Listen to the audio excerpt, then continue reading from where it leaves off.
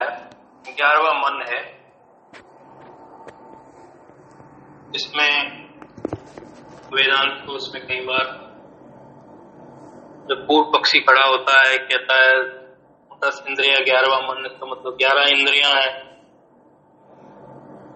न्यायिक को कहता है, न्यायिक कहता है 11 इंद्रियां हैं, कहते नहीं 10 इंद्रियां 11 मन है, 11वां मन है। कहता है जब आप कह रहे हो तो उससे तो 11 इंद्रियां ही पता चलती है, मन को भी मैं इंद्रिय मानूंगा।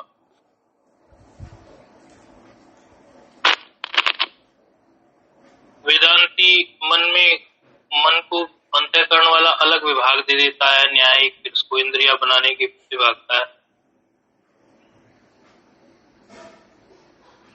उसमें एक दृष्टांत वेदांती देता है, बोले ऐसे तो कहते ही हैं 4 वेद है, 5वां महाभारत है।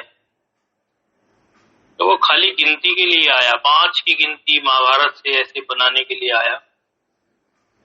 इसका मतलब ये नहीं है कि 4 वेद है तो 5वां वेद महाभारत है, नहीं, ऐसा नहीं समझो। महाभारत अपने आप में एक स्वतंत्र शास्त्र है, बहुत प्रमाणित है, लेकिन वेदों को तो 4 ही गिना जाएगा। तात्पर्य यह है कि 10 इंद्रिया 11 मन मान लो, या 11 इंद्रिया भी चलो हम मानेंगे तो नहीं, लेकिन अभी साधन पक्ष में समझाने के लिए कह रहे हैं।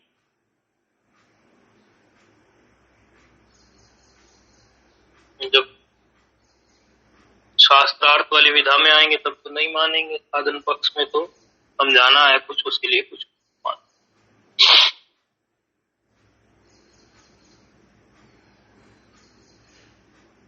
व्यक्ति कई बार क्या करता है, व्यक्ति माना मेरा साधक से संबंध है, सभी साधक ही जुड़े हैं, सभी संत हैं, अपने अपने ढंग से सभी लोग साधना करते ही हैं। तो एकादशी ऐसे साधक क्या करता है, प्राय ऐसी गलती साधकों से हो जाती है। सर्वांग नहीं लेता एक तो साधन का, जो साधन करता है उसके सारे अंगों से नहीं करता। दूसरा, साधनों का ठीक प्रकार से मिश्रण भी नहीं करता।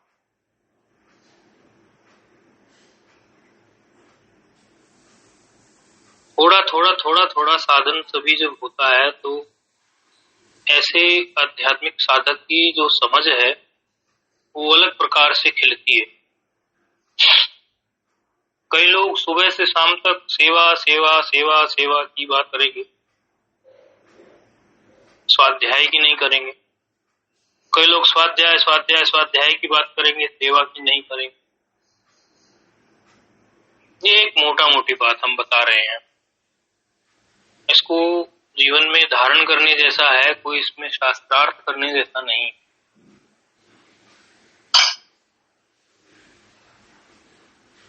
तो कई प्रकार के, चाहे वो सेवा का साधन हो, चाहे वो स्वाध्याय का साधन हो, सेवाओं में भी कई प्रकार की सेवाएं हो जाएंगी।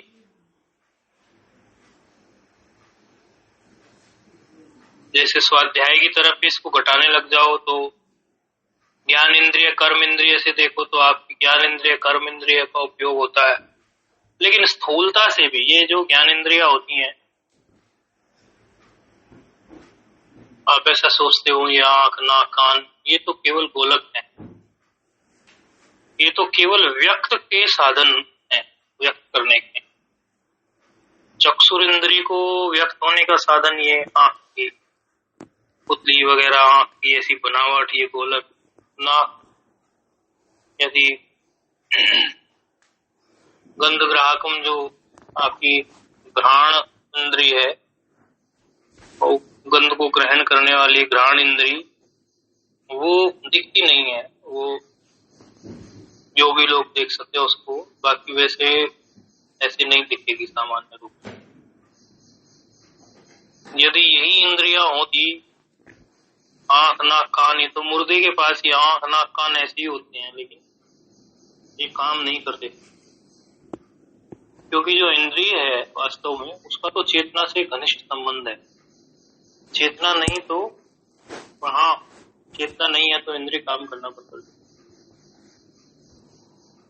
मतलब विशेष चेतना, चेतना मतलब ब्रह्म नहीं समझना, तत्त इंद्रियगत जो विशेष स्फुरण चेतना का है वो।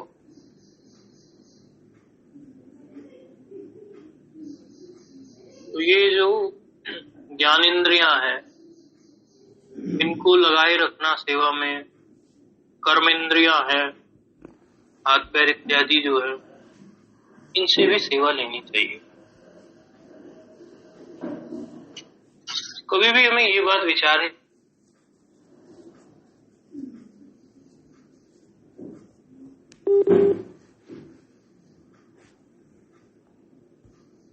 उनसे भारी लाभ हो रहा है, लेकिन वास्तव में अधिक लाभ तो सेवा करने वालों को होता है। इसको बहुत स्थूल तरीके से हम समझाते हैं। किसी के घर में काम करने वाली बाई हो, नौकर हो, आजकल मेड आती है, नौकर होते हैं,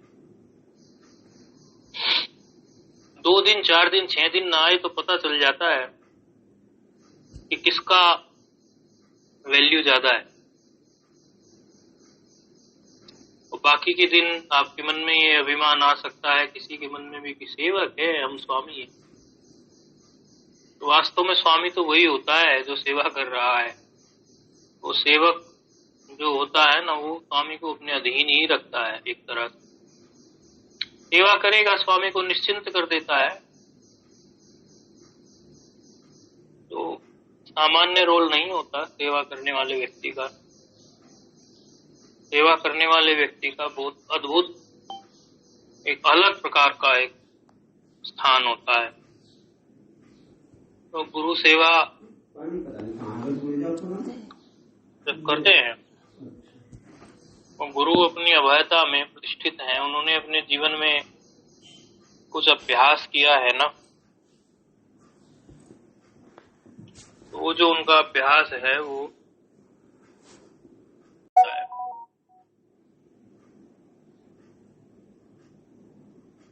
बृहदारण्यक में ये स्पष्ट आया है कि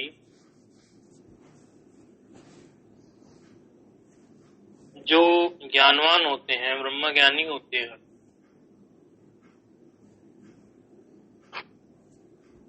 वो ब्रह्मज्ञानियों की जो सेवा करता है उनको तपस्या का फल मिल जाता है। वो जो क्या पुण्य होते हैं, उस पुण्य का फल ज्ञानवान को नहीं लगा, क्योंकि वो तो अपने को पुण्य से और पाप से परे समझता है। ज्ञानवान तो अपने को पुण्य से और पाप से परे समझता है, तो उसको पुण्य क्या लगेगा और पाप क्या लगेगा। तो वो पुण्य और पाप फिर कहाँ जाएंगे, उसका भी तो निर्णय करना पड़ेगा। तो प्रसंग ये आया है, इस प्रकार की बात कही गई है कि ज्ञानवान के हाथ से हुए जो पुण्य कार्य है उनका फल सेवक ले जाता है। और जाने अनजाने में प्रत्येक पुण्य के पीछे कोई पाप भी जुड़ा होता है। तो आप यज्ञ करो, उसमें भी एक उनकी स्वाहा हो जाती है। तो कोई पुण्य कर्म इस पृथ्वी पर ऐसा है नहीं कि उसके साथ कोई छोटी मोटी गलती ना जुड़ी हो, त्रुटि ना जुड़ी हो, तो छोटा मोटा पाप भी हो जाता है। छोटा मोटा पाप हो या बड़ा पाप हो, ज्ञानी की दृष्टि से तो दोनों ही कुछ नहीं है, मिथ्या है। लेकिन जो लौकिक दृष्टि है, जो भी अज्ञान काल में जो शिष्य है, वो तो पाप और पुण्य को समझता है, तो फिर पाप का फल निंदक ले जाते हैं, तो निंदा करते हैं। जो संतों की निंदा करते हैं, पाप का फल वो ले जाते हैं। तो पाप और पुण्य का इस प्रकार बंटवारा ज्ञानी के इर्द गिर्द के लोगों में हो जाता है। आसपास ही रहते हैं ना निंदक भी। निंदा करने वाला व्यक्ति को दूर थोड़ी रहता है, आसपास से कुछ कमियां निकालेगा। और सेवा करने वाला भी आसपास ही रहता है।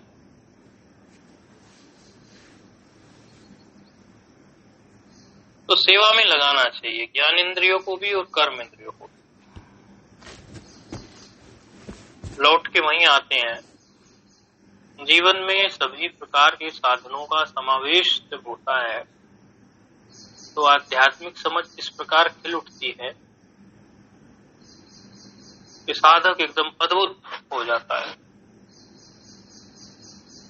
और जब एक ही प्रकार का साधन पकड़ के हम कर रहे होते हैं तो सिद्धि तो उससे प्राप्त होती है, कि साधन में जिसकी निष्ठा होती है वो साधन से उसको सिद्धि अवश्य प्राप्त होती है।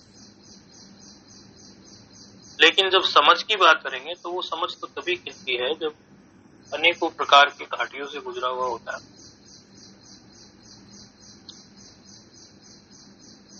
हम हमारे साधना काल में सभी प्रकार के साधनों से गुजरे हैं, गुजरते हैं, अभी भी गुजरते हैं। श्री योग वासिष्ठ पढ़ना, ओमकार का जप करना, प्राणायाम करना, गाय इत्यादि की सेवा करना, आश्रम ये नित्य कर्म रहा। तो सभी प्रकार की चीजें समावेश हो।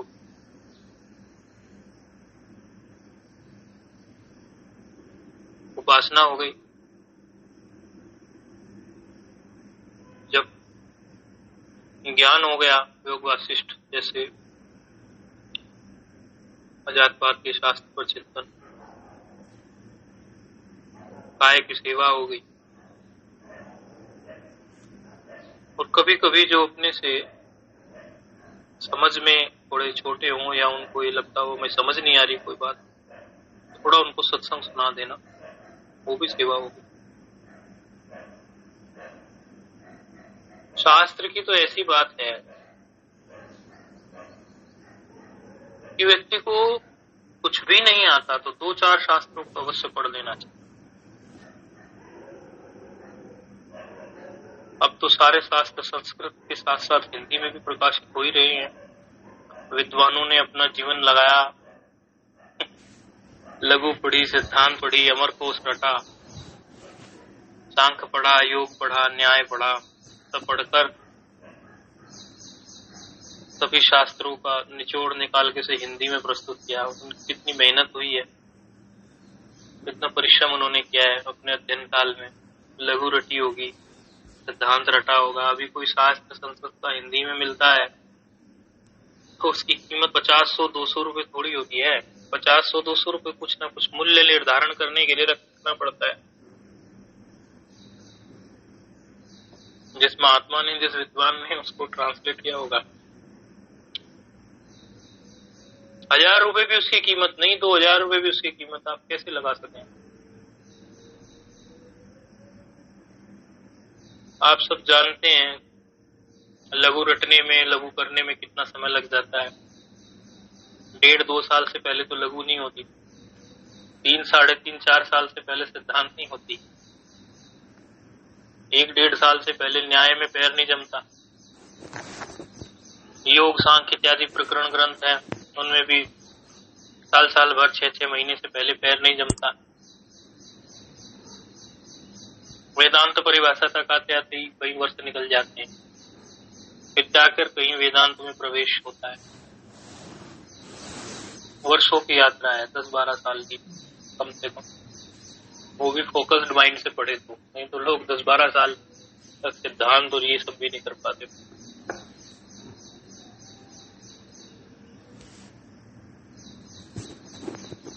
और ये सब चीजों को करना, अमरकोश रटना, अर्थ करने के लिए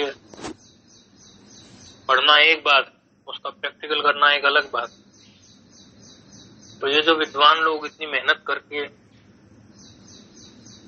शास्त्रों को हिंदी में प्रस्तुत कर देते हैं, वो कुछ साधारण बात नहीं है, उसको साधारण मत समझना। तो जब वो शास्त्र हिंदी में अभी उपलब्ध हैं तो उनका लाभ लेना चाहिए। छपे हुए हैं किसी न किसी प्रकाशन से, विवेक चूड़ामणि प्रत्येक साधक को पढ़ने जैसा है, भगवान भाष्यकार का है विवेक चूड़ामणि। प्रत्येक साधक को हिंदी में भी उपलब्ध होता है, उसको पढ़ना चाहिए। पंचदशी समझ में आ जाए तो ठीक, नहीं आ जाए तो ठीक। विद्यारण मुनि जी का है, भारतीय तीर्थ विद्यारण मुनि उन सबका है। अवश्य इसको स्वाध्याय करना चाहिए। पहले स्वयं पढ़ जाओ, फिर गुरु से पढ़ो। शुरू में गुरु मिल जाए तो बहुत ही भाग्यशाली, क्योंकि बिना गुरु के कुछ चीज अध्ययन करते हैं तो वो अर्थ को कैसा समझ नहीं पाते। कई लोग होते हैं लाइब्रेरी में पढ़ते रहते हैं, उनको वो मजा नहीं आएगा।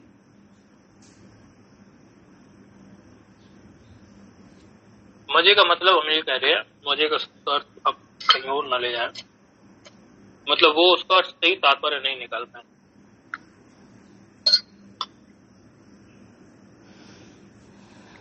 इसलिए शास्त्र तो गुरुमुख से पढ़ा हुआ ही अच्छा है, गुरुमुख से श्रवण किया हुआ।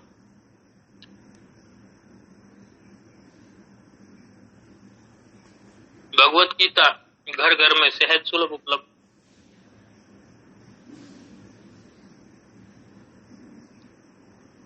स्वयं पढ़ो, फिर गुरुजन मिल जाए तो उनसे पढ़ो।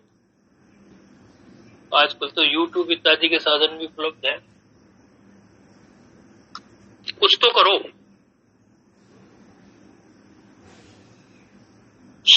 समझने की कोशिश करो, एक स्तर पर जाओगे फिर अगले स्तर पर भी आओगे, जब समझ में नहीं आएगा वो।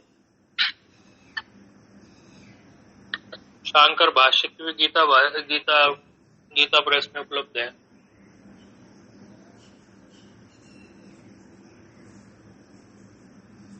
इस प्रकार हमारे स्नान इत्यादि से हर रोज हम अपना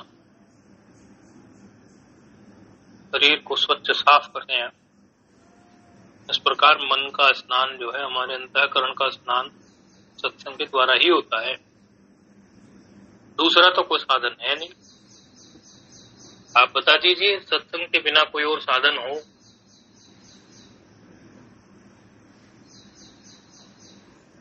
तो सत्संग स्थायी समझ देता है। सत्संग की समझ जो होती है ना, वो स्थायी होती है।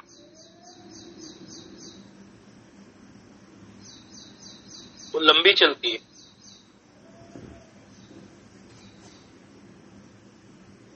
इसीलिए सत्संग तो अवश्य करना चाहिए नित्य। एक और गलती कई बार हम लोगों से हो जाती है,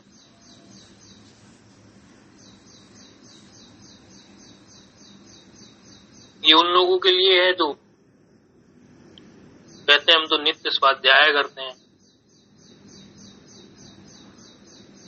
या तो आप उस स्तर पर पहुंच गए हैं कि आप स्वाध्याय की सही विधा जान गए हैं, नहीं तो वो जो आप कर रहे हैं वो शाब्दिक स्तर पर भी रह सकता है। जो स्वाध्याय कर रहे हैं उसका प्रैक्टिकल क्या है? स्वाध्याय का प्रैक्टिकल जीवन में कैसे है, उस पर भी उसको देखने के लिए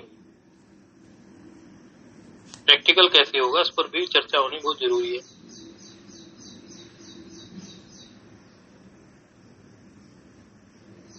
जब कोई वेद मंत्र, कोई श्रुति वचन वेद मंत्री है या स्मृति से कुछ आता है, तो जीवन में उसका कब कब कैसे कैसे प्रैक्टिकल करना है, उसके लिए भी अपने से बड़ों से, जो भी अपने से बड़े आपको लगते हों अपने आसपास, पूछना चाहिए। भगवत गीता का वचन सिर्फ रटने के लिए थोड़ी है। जाने कितने लोग हमें मिलते हैं पूरी भगवत गीता याद है, उनका मल तो धो रही है वो, लाभ तो उनको हो रहा है, लेकिन एक अंश में उन्होंने लाभ लिया उसका। तो समग्र लाभ लेने के लिए का प्रैक्टिकल जरूरी है, वरना राग वही रह जाएगा, द्वेष वही रह जाएगा। तो इसमें भी हमारे बड़े हमें चेताने वाले हों, गुरुजन संत हमें चेताने वाले हों बार बार। इसलिए संतों का संग बहुत जरूरी है। व्यक्ति प्राय संग उन लोगों का ढूंढता है जो उसकी कमियां ना खोजे और उसकी, एक सामान्य व्यक्ति की बात है, लेकिन साधक जो होगा, जिसको साधना करनी है, वो संग उनका खोजेगा कि वो डांट भी दे लेकिन हमारे हितैषी। कोई हमारी प्रशंसा करके हमारे अवगुणों पर पर्दा डालता हो तो हमारे लिए उतना लाभकारी नहीं है, और कोई हमें दो बात सुनाकर हमारे अवगुणों पर चोट करता हो तो वो बुरा तो लगता ही है, सबको लगता है, लेकिन कुछ न कुछ अंश में वो हमारे मल धो रहा है। जिस समय कोई अपने अंदर अवगुण हो, साधन से इतर कुछ अपन असाधन कर बैठते हो, और कोई हमें टोक दे, या टोकने वाला हमारे इर्द गिर्द हो, और हम उसे पलटकर जवाब ना दें, क्योंकि जवाब देने की आदत पड़ जाती है ना, आजकल चेलों को भी आदत है, सभी को आदत पड़ गई है। और 2, 4 बार 6 बार ऐसे हम सुन लें, जो भी हमारा अवगुण है उससे संबंधित कुछ हम सुन ले 2, 4 बार, तो अवगुण धीरे धीरे हमारे अंतःकरण से निकलने लगता है, क्योंकि वो चोट उसी को लग रही है, मन के उसी हिस्से को लग रही है, अंतःकरण के उसी हिस्से को चोट लग रही है, अहम को, जो उसे पकड़ के रखना चाहता है। और जब उसी को चोट लगती है तो वो एक दिन चला ही जाता है, लेकिन बार बार उस चोट को थोड़ा सहन करने का अभ्यास करना चाहिए।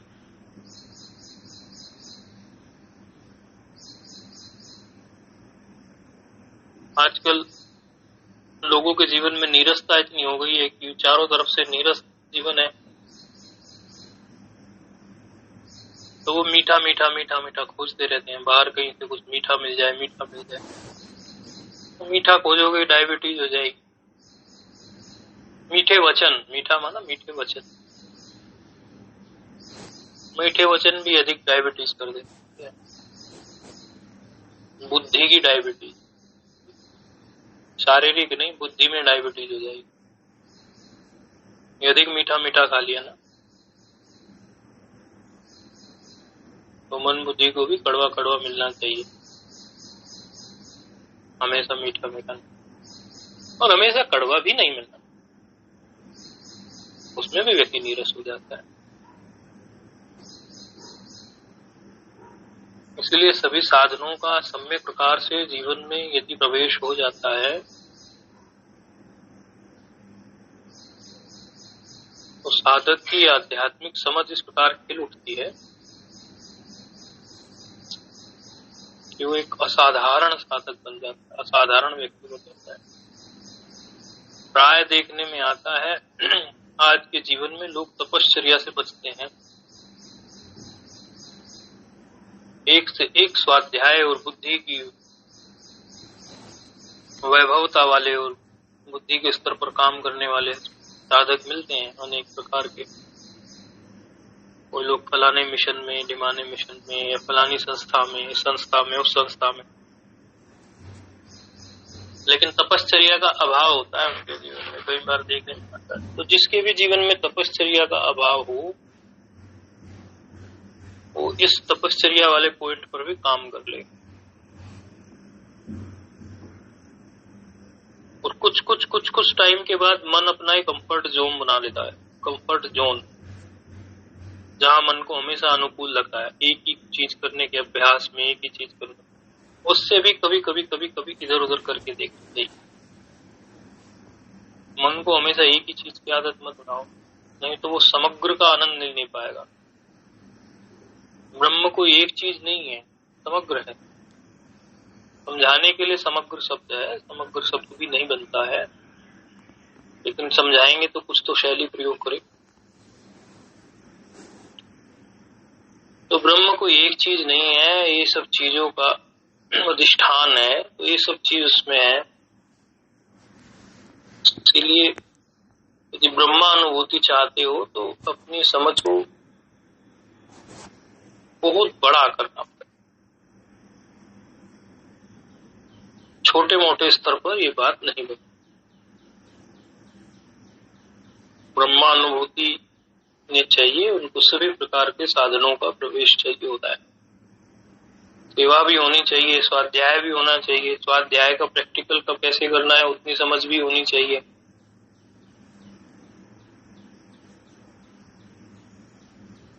हम तो रहते ही ऐसे लोगों के बीच में हैं कि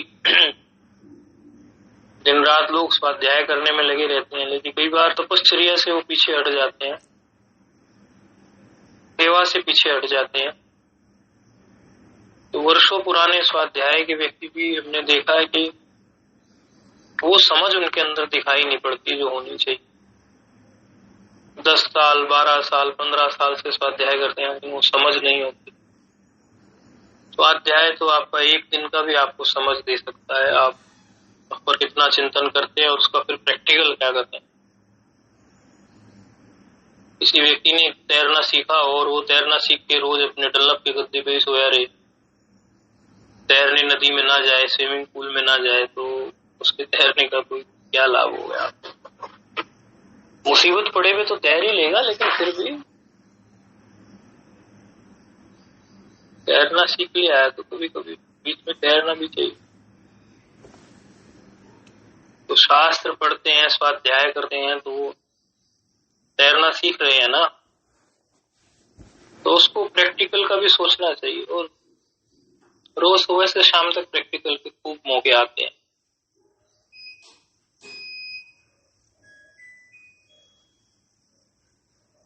दूसरी बात, एक सिद्धांत से चलना चाहिए। सिद्धांत कभी फेल नहीं होता। व्यक्ति फेल हो सकता है, विचार कभी फेल नहीं होता। हम सिद्धांत से हटकर व्यक्तिवादी बन जाते हैं कई बार। सिद्धांत को पकड़ के रखना चाहिए। व्यक्ति को भी पकड़ के रखो, लेकिन सिद्धांत भी पकड़ के रखो। व्यक्ति छूट भी जाएगा, सिद्धांत नहीं छूटना चाहिए।